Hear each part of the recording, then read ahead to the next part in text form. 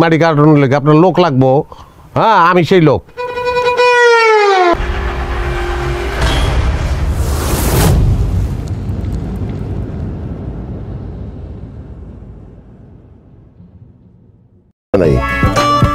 কি কাজ করো?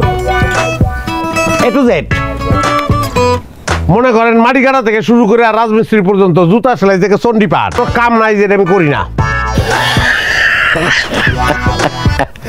তোমার রসবোধ খুব চমৎকার বাবা। যাই হোক, আপনার মায়ের হাসিও সুন্দর। তা তোমার পড়াশোনা কতদূর? আমার পড়াশোনা মনে করেন matric fail, diploma engineering, honours masters, কোনো কিছুতে কিছু যায় না। তুমি অনেক মজা করো, খুব মজার মানুষ তুমি, কিন্তু আমার সাথে তোমার সম্পর্কটা তো মজার না। না, আমি মজা করতেছি না চাচা, সত্যি। আমি আপনার বাড়িতে মাটি কাটতে আইছি, ওই যে বাজারে জাফরেলের কাছে আপনি বদলা বুঝতেছেন না, যে বদলা কামলা নাই, মাটি কাটানোর লেগে আপনার লোক লাগবো। হ্যাঁ, আমি সেই লোক। তুমি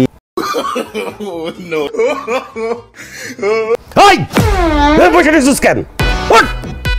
তুই মাটি কাটতে আইসস, তুই হেঁটে বসে রয়েছিস, আবার এইসব কাপড় পরে আইসস। হ্যাঁ, শুনেন, আমার ছোটবেলা থেকেই আমি এরকম একটু পোশাক আশাকের ব্যাপারে সচেতন, সবসময় ফিটফাট থাকি। আমার ধারণা যে আমার পূর্বপুরুষ নবাব ছিল, আর্থিক দিক থেকে সেই নবাবই আমি পাই নাই, কিন্তু বাহ্যিক দিক থেকে পাইছি, মানে পোশাক আশাকে পাইছি।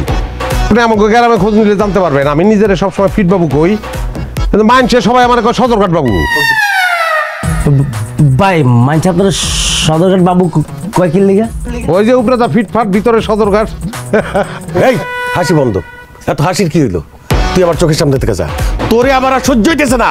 যা কইতেছি, তোর এইসব পোশাক পরা বাবু মার্কা কামলা আমার দরকার নাই, আমার দরকার লুঙ্গি গামছা পরা কামলা। আছে আছে আছে আছে, এই যে দেখেন চাচা, এই যে এটার ভিতরে যে লুঙ্গি আছে, এই যে গামছা, এই যে লুঙ্গি, আমি এই লুঙ্গি গামছা পরে কাজ করি, কাজের পোশাক।